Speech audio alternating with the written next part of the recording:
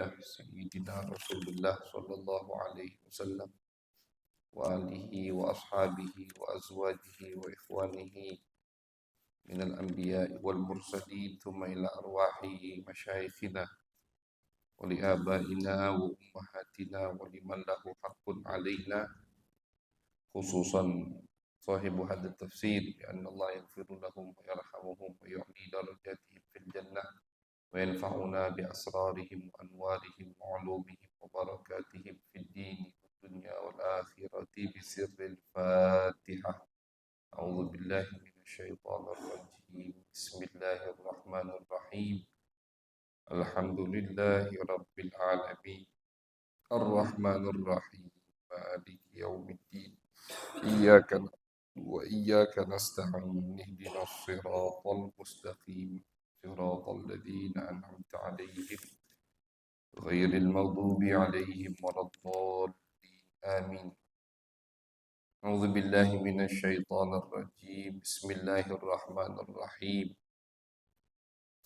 إن أصحاب الجنة اليوم في شغل فاكهون هم وأزواجهم في ظلال على الأرائك متكئون لهم فيها فاكهة ولهم ما يدعون سلام قولا من رب رحيم وامتازوا اليوم أيها المجرمون ألم أعهد إليكم يا بني آدم ألا تعبدوا الشيطان إنه لكم عدو مبين وأن اعبدوني هذا صراط مستقيم.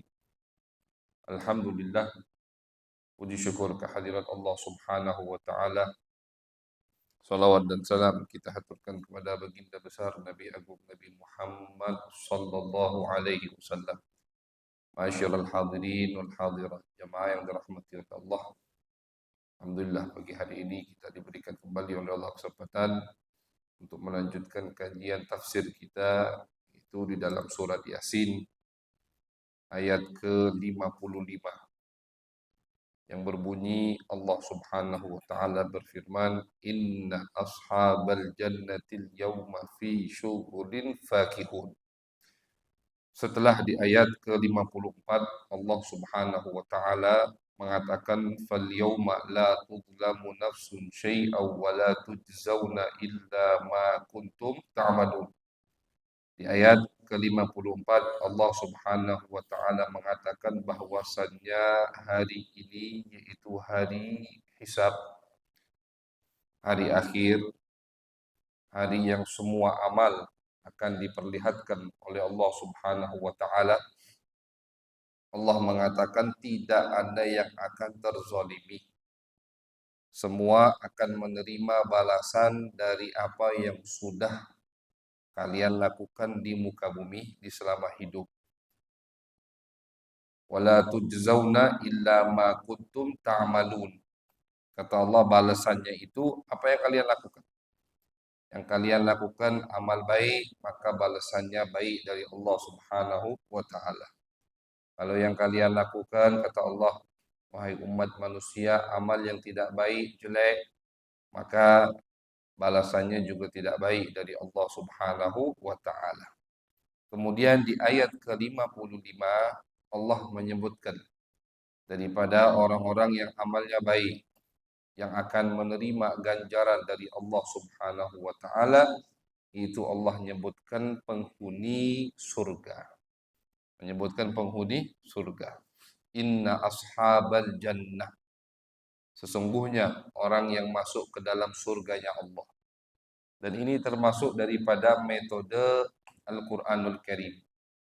Di dalam Al-Quran sering sekali kita dengarkan setiap Allah menyebutkan penghuni surga, pasti Allah menyebutkan penghuni neraka. Atau kebalikan, misalkan Allah menyebutkan penghuni neraka, pasti setelahnya Allah sebutkan penghuni surga. Agar dua contoh tersebut menjadi support atau motivasi biar kita lebih giat lagi beramal. Seakan-akan Allah memberitahu kepada kita ini yang akan terjadi. Pilihan ada di tangan kalian. I'malu, kata Allah, beramallah. Yang pengen jadi penghuni surga, ya amalnya begini. Yang pengen jadi penghuni neraka, ya amalnya begini. Semua udah dijelaskan sama Allah Subhanahu wa taala. Jadi Allah zat yang maha adil. Tidak mungkin Allah menyiksa satu kelompok kecuali kelompok tersebut sudah Allah kirim utusan padanya. Dan ini metode Al-Qur'anul Karim, at-targhib wa tarhib, kata ulama. Dipakai sama Nabi Muhammad SAW.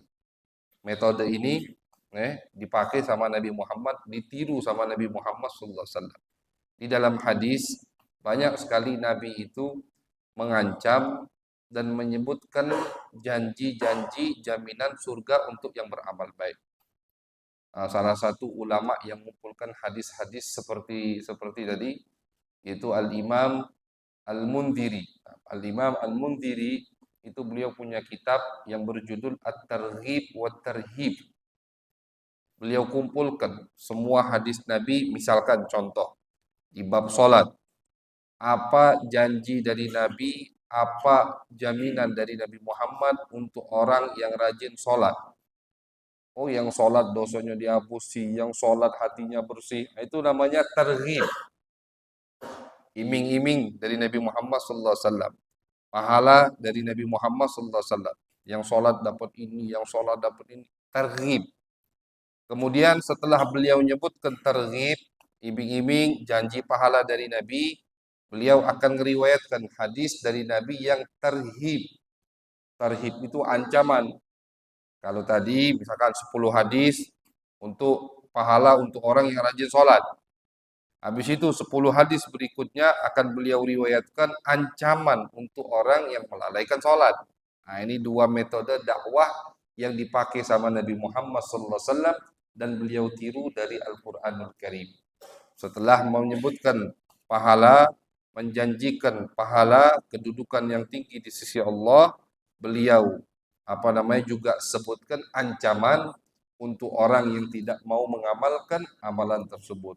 Puasa misalkan, nanti Imam Mundhiri dalam kitab tersebut, hadis kitab 4 jilid kitabnya dicetak, itu beliau menyebutkan bab puasa, janji atau pahala dari Nabi untuk orang yang berpuasa. Targhib namanya. Kemudian setelah itu, setelah 10-20 hadis, baru beliau sebutkan ancaman dari Nabi Muhammad untuk orang yang tidak mau berpuasa.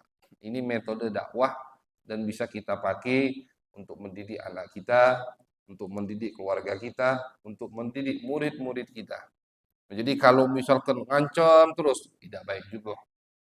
Kadang jiwa manusia itu butuh untuk dikasih janji-janji yang manis, butuh dikasih hadiah. Kan yang rajin dikasih hadiah, yang tidak rajin atau tidak masuk sekolah dihukum, kan begitu. Nah, ini semua metode ada di dalam Al-Qur'an dan dipakai ditiru sama Nabi Muhammad sallallahu alaihi wasallam. Di sini Allah Subhanahu wa taala akan menyebutkan pertama kali kelompok ashabul yamin, itu kelompok yang masuk surganya Allah. Kata Allah, inna ashabal jannatil yauma, sesungguhnya penghuni surga al-yaum, hari ini, yaitu kelak di hari kiamat, ketika sudah masuk dalam surganya Allah, fi syughulin fakihun. Kata Allah Subhanahu wa taala, mereka itu punya kesibukan yang tidak bisa diganggu. Jadi kata Allah, penghuni surga sibuk kelak di hari kiamat. Sibuk dengan apa? Fakihun yatana'amun bini'ami ahli jannah. Mereka sibuk dengan menikmati nikmat-nikmat yang sudah Allah siapkan di dalam surga. Jadi kata Allah, penghuni surga sibuk kelak di hari kiamat di surga. Tidak kati nganggur istilahnya. Tidak ada nganggur di surga. Mudah-mudahan kita termasuk semua yang hadir daripada penghuni surga. Sibuk kata Allah. Sibuk dengan apa ya Allah? Bukan sibuk dengan pegawai, bukan. Bukan sibuk dengan beban, kewajiban, tidak. Bahkan tidak ada ibadah di dalam surga. Ibadah yang modelnya beban tidak ada. ibadah di surga, ibadah yang jadi beban itu ketika hidup di dunia ini. Kita kena beban untuk wajib sholat, untuk wajib puasa, untuk wajib haji umroh kalau mampu. Kalau harta wajib zakat, sampai ke nisab wajib zakat. Beban itu beban ibadah hanya di kehidupan dunia. Setelah wafat dari alam barzah sampai kelak di surga tidak ada ibadah yang modelnya itu karena dibebani. Tidak. Tapi apakah masih ada orang yang beribadah di alam barzah? Banyak. Banyak dari para Nabi Musa, Nabi Muhammad SAW ketika Isra Mi'raj beliau ceritakan ketika aku melewati kuburan Nabi Musa, Musa lagi sholat di dalam kuburannya, lagi ibadah. Dan banyak para aulia, para ulama yang di alam barzaknya masih beribadah, masih beribadah. Sampai diriwayatkan ada seorang alim min ruwatil hadis, termasuk daripada perawi hadis Nabi Muhammad, namanya Imam Malik bin Dinar. Malik bin Dinar ini setiap malam didengar dari kuburannya suara Al-Quran. Setiap malam. Ini disebutkan sama ulama seperti Al-Imam Al-Zahabi, Al-Imam Abu Nuaim. Banyak ulama yang mencatat biografi beliau dan menyebutkan setiap malam dari kuburannya kedengaran baca Al-Quran. Salat beliau. Kata beliau sebelum beliau wafat. Akhirnya tukang jago kubur ini ketika Imam Malik bin Dinar baru meninggal, dengar tadi bacaan Al-Quran. Datang ke rumah anak-anaknya. Disampaikan, apa amal bapak kalian? Ngapo kata putrinya, perempuan. Kami dengar di dalam dari kuburannya itu beliau baca Al-Quran, kayak lagi sholat. Baca Fatihah, baca Al-Quran, baca surat. Kata putrinya, memang itu sudah permintaan ayahku selama 40 tahun lebih. Selama 40 tahun, kata putrinya, ayahku itu setiap tahajud, doanya itu, ya Allah, jika engkau berikan kenikmatan untuk hambamu agar bisa ibadah, sholat di dalam kuburan, berikan itu kepadaku. Ya Allah. Itu permintaan Malik bin Dinar selama 40 tahun lebih. Minta tetap ibadah di alam kubur, di alam barzah. Kata putri maka tidak heran. Putrinya tidak heran. Itu memang sudah permintaan bapakku selama 40 tahun lebih. Minta biar sholat di dalam kubur. Nah, tentunya ini bukan beban. Karena setelah hidup di dunia selesai tidak ada beban untuk beribadah lagi. Cuman karena mereka ketika beribadah di dunia tidak merasa terbebani, mereka menikmati ibadah tersebut, nah, sampai di alam kubur minta tetap untuk sholat. Ini menunjukkan betapa banyak atau betapa besar bagian mereka dari warisan baginda Nabi Muhammad SAW yang mereka terima. Karena Nabi itu paling suka dengan sholat. Kata Nabi, semua yang ada di dunia ini yang paling aku cintai adalah sholat. Makin senang kita dengan sholat, berarti makin banyak kita mendapatkan bagian warisan dari baginda Nabi Muhammad SAW. Tapi makin terbebani kita dengan sholat, nah makin. Cuman jangan mentang-mentang terbebani akhirnya kita tinggalkan. Nauzubillah. Harus terus kita lawan, kita mujahadah, usaha bagaimana caranya sholat yang tadinya beban buat kita jadi satu kenikmatan. Jadikanlah bagaimana caranya ketika kita misalkan tidak sengaja meninggalkan sholat, itu kayak kiamat hari itu buat kita. Nah itu berarti insya Allah termasuk daripada pewaris sempurna baginda Nabi Muhammad SAW. Jadi mereka di alam kubur ibadah karena menikmati. Di surga juga begitu. Ada yang beribadah, ada. Tapi ibadahnya mereka karena menikmati ibadah tersebut, bukan karena beban dari Allah Subhanahu wa Ta'ala. Jadi kata Allah, penghuni surga sibuk, kata Allah. Sibuk dengan apa ya Allah? Sibuk dengan menikmati kenikmatan yang ada di surga. Sibuk dengan makan makanan yang ada di surga. Dan makannya kita di surga itu bukan karena lapar. Jadi di surga itu tidak kate lapar, tidak kate rasa haus. Di surga kita tidak mengantuk, tidak ada rasa ngantuk. Di surga tidak ada capek, semua. Bahkan maaf, apa namanya, sakit perut atau pengen buang air kecil pun tidak ada di surga. Diriwayatkan di dalam hadis oleh Nabi Muhammad SAW, penghuni surga itu ketika pengen buang air, itu bukan seperti di dunia. Kotorannya itu akan keluar dari mana? Dari keringat. Tapi keringatnya kata Nabi itu aromanya seperti minyak wangi misik. Seperti minyak wangi misik. Ya, kita kalau di dunia secantik atau seganteng apapun orang, sebersih, bergizi apapun makanan yang dia makan, ya pas keluar tetap bau. Karena di dunia mau makanan dia bergizi udah. Makanan 100% paling sehat misalkan. Dia makan.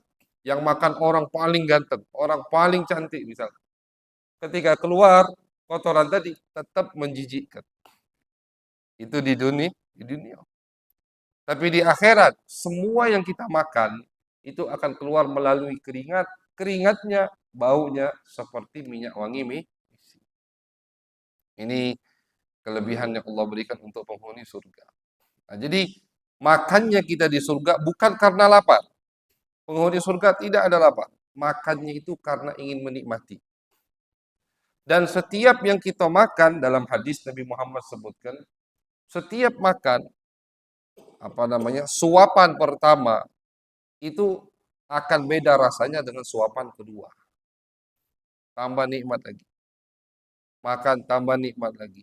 Makanya tidak bisa dibayangkan dengan akal. Nabi Muhammad SAW secara simpel beliau mengatakan nikmat surga mala ainun ra'at wala udhunun sami'at wala khatara ala qalbi bashar. Kata Nabi Muhammad, nikmat surga itu tidak pernah dilihat oleh mata siapapun, tidak pernah didengar oleh telinga siapapun, dan tidak pernah terlintas di dalam benak hati siapa. Itu kenikmatan surga. Satu buah anggurnya saja, satu anggur dari surga itu kalau kita makan, kata Nabi, kalian tidak bakal lapar sisa umur hidup kalian di dunia. Pernah lagi sholat, Nabi itu tangan beliau apa kayak nak ngembek sesuatu, itu lagi sholat. Selesai sholat, sahabat nanya, ya Rasulullah gerakan apa itu? Dikira ada gerakan baru, gerakan sunnah baru. Kata Nabi, bukan gerakan baru. Itu tadi aku, kata Nabi, pas lagi sholat, Allah bukakan surga. Allah perlihatkan surga. Nah, kata Nabi, depan mukaku itu buah anggur surga, apa namanya? Penuh isinya, kata Nabi Muhammad. Aku pengen ambil, kata Nabi. Pengen cicipi kalian, cuma tidak jadi. Takut nanti fitnah atau tidak jadi. Demi Allah, kata Nabi, satu anggur saja, saat misalkan kalian makan satu buah anggur dari surga, kalian tidak akan merasakan lapar sisa umur hidup kalian. Itu makanan dari surga. Nah, jadi memang betul namanya itu persis dengan nama yang di dunia. Anggur, apel, di surga itu ada madu, ada air susu yang disebutkan dalam Al-Quran dan hadis. Tapi kata ulama, jangan kita kira rasanya sama dengan rasa yang di dunia. Oh, apelnya, anggurnya sama seperti anggur di dunia. Kadang ada yang manis, ada yang agak masem. Rasanya pun beda. Allah hanya menyamakan namanya biar sedikit terbayang oleh kita pas baca ayat Al-Quran. Padahal kata ulama, rasanya tidak sama sekali dengan buah yang ada yang ada di dunia. Buah di surga tidak sama dengan ada yang di dunia. Nah, ini kenikmatan yang akan diterima oleh penghuni surga. Inna ashabal jannatil yawma fi syughulin fakih. Kata Allah, sesungguhnya penghuni surga hari ini mereka dalam kesibukan. Sibuk apa ya Allah? Sibuk menikmati nikmat yang aku berikan di dalam surga. Sibuk untuk menikmati buah-buahan yang ada di dalam surga. Hum wa azwajuhum fi dhilalin 'alal araiki muttaqiun Allah kemudian mengatakan mereka penghuni surga, wa azwajuhum dan pasangan mereka. Pasangan mereka. Ulama mengatakan ini nikmat dari Allah. Karena senikmat-nikmat surga, kalau kita tidak berpasangan, masih kurang nih. Pakai kata hum mereka, wa azwajuhum dan pasangan mereka. Adam itu Pak, nikmat di surga, tapi masih merasa kesepian. Nabi Adam pertama kali Allah ciptakan kan di surga, walaupun khilaf ulama. Ada yang mengatakan surga yang bakal kita duduki insya Allah. Ada yang mengatakan bukan. Surga itu surga hanya kebun. Di langit sana ada kebun. Karena termasuk arti dari al-jannah yaitu al-bustan. Kebun. Kebun. Jadi termasuk arti untuk jannah itu kebun. Khilaf ulama. Ada yang mengatakan surga kebalikan neraka yang ditinggali oleh Adam. Ada yang mengatakan bukan, melainkan kebun yang ada di atas sana. Khilaf.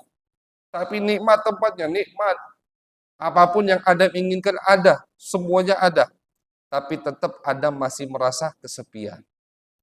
Butuh butuh teman. Makanya Allah Subhanahu wa taala mengatakan di sini, kalian sibuk menikmati kenikmatan surga dan untuk menyempurnakan kenikmatan tersebut kalian akan memiliki pasangan di dalam surga. Hum wa azwaju. Alal fi dhilalin, mereka dan pasangan mereka. Baik pasangan tadi, istri salihah yang dibawa dari dunia, istri salihah yang dibawa dari dunia, tapi sudah salihah Pak. Kalau masuk surga pasti salihah. Dan kalau udah di surga tidak mungkin rumah tuh bikin kita runyam atau bikin tidak mungkin. Pasti baik kalau sudah di surga. Bahkan diriwayatkan istri yang solehah kelak di surga sana lebih cantik dari puluhan bidadari. Jadi jangan kita bayangkan, maaf bentuknya sama kayak itu. Akan lebih cantik dari puluhan bidadari. Ya kalau sama dengan yang di dunia, tidak bakal ditolak sama bapak. Ngapung di surga bidadari, masya Allah. Dalam hadis Nabi pernah menyebutkan bidadari itu kata Nabi hurul ain, umpama kata Nabi ngintip saja ke muka bumi ini maka semua dunia ini akan mencium aromanya, wanginya. Kalau bidadari tadi ngintip ke bumi kata Nabi Muhammad SAW. Bayangkan hurul ain. Nah, kalau misalkan perempuan soleha, istri-istri soleha di surga, yang dari dunia di surga sama persis seperti di dunia, ya udah bakal kita toleh di surga. Bidadari yang puluhan yang dimiliki tidak. Kayak dalam hadis lain Nabi pernah menyebutkan riwayat dari beliau, istri solehah di surga akan lebih cantik dari puluhan bidadari. Kalau dia punya istri yang solehah ikut ke surga. Tapi kalau istrinya, naudzubillah min dzalik, tidak masuk surga, baik bukan perempuan yang solehah atau kafirah, tetap akan punya pasangan yaitu bidadari di surga. Karena tidak semua pasangan itu masuk surga. Bahkan dari Nabi pun ada istri Nabi Nuh dan istri Nabi Lut itu kafir, tidak masuk surganya Allah. Makanya Allah kasih perumpamaan. Kata Allah, dilihat, nunjuk, Allah buktikan bahwasannya kedekatan kita dengan orang baik belum tentu kita akan menjadi orang baik, belum tentu.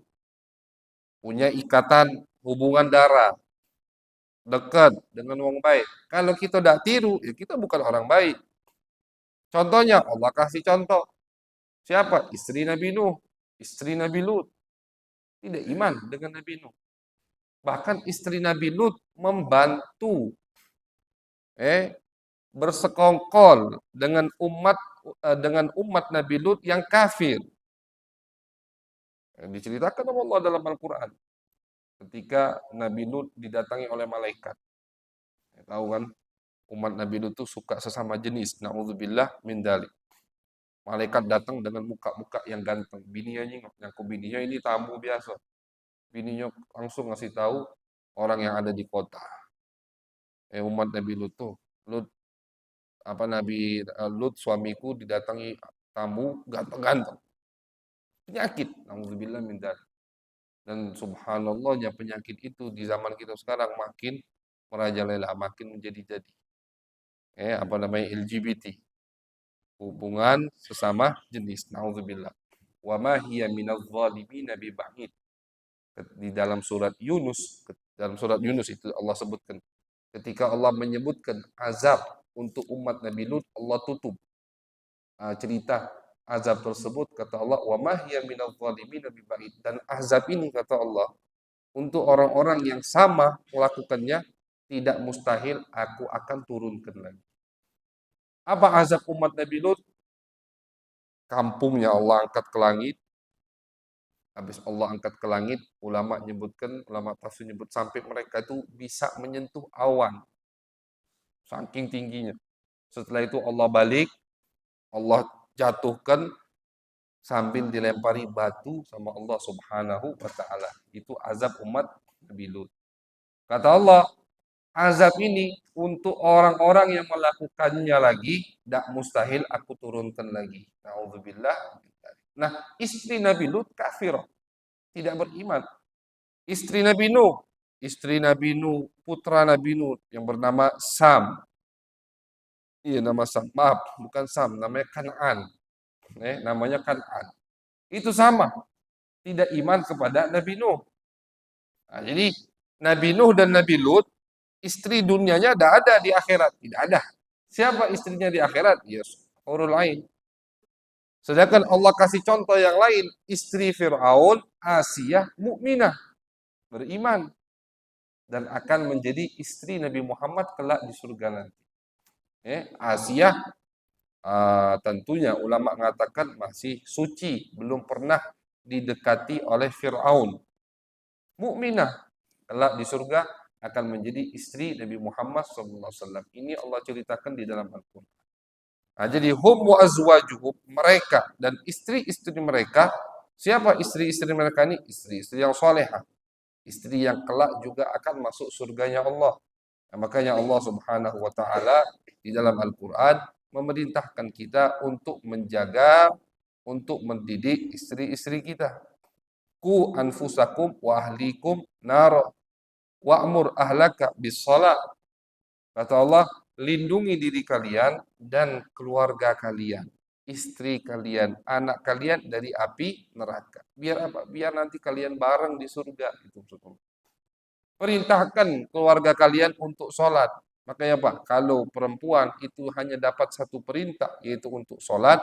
Kalau kita, suami, bapak, kepala rumah tangga, ada dua perintah. Perintah pertama kita wajib sholat. Perintah kedua dari Allah kita wajib memerintahkan mereka untuk sholat. Kalau perempuan cuma dapat satu perintah, mereka wajib sholat. Tapi kalau kita di akhir surat Thaha Allah mengatakan wa'mur ahlaka bis shalah, perintahkan keluargamu untuk sholat. Jadi wajib kita memperhatikan urusan sholat keluarga kita. Jangan kita ke masjid, alhamdulillah, tapi wong rumah di rumah tidak sholat. Nauzubillah. Nah, jadi agar kita menjadi keluarga yang tetap sakinah, mawaddah, warahmah, tetap bersatu di surga, perhatikan urusan akhirat mereka. Hum wa azwajuhum fi dhilalin 'alal araiki muttaqiun. Allah katakan mereka dan istri-istri mereka kelak di surga nanti akan mendapatkan naungan, akan mendapatkan tempat tidur yang mereka bersandar di tempat tidur tersebut. Ya Allah menyebutkan bahwasanya gawe kita di surga itu tidak ada yang berat. Nah, kata Allah, mereka sibuk. Sibuk apa? Bukan sibuk kerja, bukan sibuk ibadah. Kata Allah, sibuknya mereka menikmati nikmat surga, sibuknya mereka sibuk tidur-tiduran dengan istri-istri mereka. Kenikmatan di surga. Nah, jadi ketika Allah mengatakan inna ashabal jannatil yauma fi syughul. Syughul itu kan kesibukan. Apa kesibukan mereka? Bukan sibuk dengan ibadah, beban lagi bukan. Allah lanjutkan di ayat berikutnya, hum wa azwajuhum fi dhilalin 'alal araiki muttaqiun. Mereka dan istri-istri mereka sibuk tidur-tiduran di tempat tidur mereka. Dan diriwayatkan dalam hadis bahwasanya tempat tidur kita itu spraynya itu alasnya dari sutra yang tidak ada sutra di dunia ini bisa menandingi lembutnya sutra di surga. Jangankan spray, Pak. Sapu tangan di surga itu. Suatu hari Nabi itu dapat rampasan perang. Ghanimah. Di dalam rampasan perang tersebut ada kain sutra. Ada kain sutra. Sahabat ngerasa apa? Ngerasa apa namanya? Takjub dengan kain sutra tersebut. Oh, lembutnya. Nabi tersenyum. Kemudian Nabi SAW menjawab, apakah kalian suka? Apakah kalian merasa heran dengan lembutnya kain sutra ini? Iya ya Rasulullah, kata sahabat. Kata Nabi Muhammad, demi Allah, sapu tangan yang dimiliki oleh Sa'ad itu salah satu sahabat Nabi. Sapu tangan yang dimiliki oleh Sa'ad bin Mu'az kelak di surga lebih lembut dari sutra yang kalian pegangi. Sapu tangan. Belum spraynya itu, baru sapu tangan. Nah, makanya kita laki-laki tidak boleh menggunakan kain sutra. Kata Nabi Muhammad, kain sutra haram untuk kaum laki-laki, kecuali untuk kaum wanita, boleh. Kapan kita akan menggunakan kain sutra? Kelak di surga, kata Nabi Muhammad sallallahu alaihi wasallam. Nah, jadi hum wa azwajuhum fi dhilalin 'alal araiki muttaqiun lahum fiha fakihatu wa lahum ma yadda'un. Kata Allah Subhanahu wa taala, mereka apapun yang mereka inginkan dari buah-buahan, dari makan-makanan itu akan disediakan, dikabulkan oleh Allah Subhanahu wa taala. Lahum fiha fakihah. Mereka akan mendapatkan buah-buahan. Walahum mayaddaun, dan apapun yang mereka inginkan akan dikabulkan oleh Allah Subhanahu wa taala. Bahkan Nabi Muhammad SAW menjelaskan tidak perlu kita minta, baru terlintas di pikiran kita pengen ini, langsung disediakan sama Allah Subhanahu wa taala. Bahkan ulama lain mengatakan walahum mayaddaun, tidak perlu sampai minta. Tidak perlu sampai minta. Kan sebagian ulama mengatakan di surga itu kita tidak perlu minta. Karena kesannya itu kalau minta berarti masih ada yang kurang. Kalau minta, misalkan kita mau makan nasi komplit misalkan, nasi komplit atau nasi campur. Kalau semuanya ada, berarti kan tidak perlu minta. Misalkan, nah, kuah nangkonya tidak kati, mana? Nah, itu. Jadi kata ulama, tidak perlu sampai minta di surga itu. Ngapa tidak perlu sampai minta? Karena semua yang kita inginkan, bahkan lebih dari yang kita inginkan, sudah dipersiapkan oleh Allah Subhanahu wa ta'ala. Hum fiha fakihatun walahum ma yadda'un. Mereka akan menikmati buah-buahan di surga dan semua yang mereka inginkan akan Allah ijabahkan di dalam surga. Salamun qawlam mir rabbir rahim. Kemudian Allah tutup lagi nikmat di dalam surga dengan Allah mengatakan kelak mereka penghuni surga akan mendapatkan salam dari Allah Subhanahu wa taala. Nah, ucapan salam dari Allah ini nikmat surga yang paling nikmat. Makanya setelah Allah nyebutkan kita akan nikmati dengan istri-istri kita, dengan bidadari di atas kasur yang empuk, di atas kasur yang lembut. Kemudian Allah sebutkan kalian akan menikmati semua buah-buahan yang kalian inginkan. Semua yang kalian inginkan akan Allah ijabahkan di dalam surga. Allah tutup dengan nikmat yang paling nikmat, yaitu kita akan mendapatkan salam dari Allah Subhanahu wa taala. Salamun alaikum. Artinya akan melihat Allah, dan ini nikmat paling nikmat di dalam surga. Bahkan diriwayatkan di dalam hadis Nabi Muhammad SAW, kelak kata Nabi di hari kiamat Allah akan menampakkan zatnya. Nah, di hari kiamat atau di surga lah kita akan jenguk Allah. Akan melihat Allah, kata Nabi Muhammad SAW. Akan melihat Allah di dalam surga. Itu nikmat yang paling besar. Dan itulah yang dimaksud oleh Allah di ayat lain ketika Allah berfirman, lilladzina ahsanul husna wa ziyadah. Ada ayat yang berbunyi Allah mengatakan orang yang beramal baik akan mendapatkan nikmat surga wa ziyadah, dan ada tambahan dari surga. Apa tambahan dari surga? Apa yang lebih nikmat dari surga? Adalah ru'yatullah, melihat Allah Subhanahu wa taala. Dan melihat Allah, kata Nabi Muhammad, berbeda levelnya. Ada kelompok yang melihat Allah setiap hari. Setiap hari Allah perlihatkan zatnya pada mereka. Ada kelompok yang biasa, misalkan satu minggu satu kali, yaitu di hari Jumat, melihat Allah Subhanahu wa taala di dalam surga nanti. Dan itu nikmat yang paling besar. Nabi Muhammad meriwayatkan di dalam hadisnya, beliau mengatakan, ketika Allah Subhanahu wa taala menampakkan mukanya, maaf, naudzubillah, menampakkan zatnya untuk penghuni surga, Allah mengatakan assalamualaikum ya ahlal jannah. Nah, ini maksud dari salamun qaulan mir rabbir rahim, yaitu kita akan mendapatkan ucapan salam dari Allah Subhanahu wa taala. Assalamualaikum ya ahlal jannah. Kata Nabi, fayanzuru ilaihim wa yanzuruna ilaihi. Jelas ini hadisnya. Kata Nabi, mereka akan melihat Allah dan Allah akan melihat mereka. Fala yaltafituna ila syai'in minan na'im madamu yanzuruna ilaih. Ketika mereka melihat Allah, mereka tidak akan menoleh ke nikmat-nikmat yang lain. Artinya yang lain mereka tinggalkan. Bidadari tidak mereka tidak pedulikan, makanan tidak mereka pedulikan. Ngapa? Lagi menikmati melihat zat Allah Subhanahu wa taala. Kemudian kata Nabi Muhammad, hatta yahtajiba anhum, sampailah Allah menutup kembali hijab. Ya, cuman apa yang terjadi ketika kita melihat Allah, wallahu a'lam bissawab. Apakah ada perbincangan di situ atau hanya menikmati dengan melihat zatnya Allah, itu bakal kita rasa ke dewe insyaallah di dalam surga. Kemudian kata Nabi, ketika Allah menutup hijab, fayabqa nuruhu wa barakatuhu alaihim fi diyarihim. Kata Nabi Muhammad, cahaya dari zatnya Allah akan terus melengket di tempat mereka. Artinya di surga itu akan, Allah udah tutup hijabnya, tapi cahayanya tidak hilang, kata Nabi Muhammad. Di mana? Di tempat mereka tinggal, yaitu di surganya Allah Subhanahu wa taala. Jadi cahaya dari zat Allah, Masya Allah.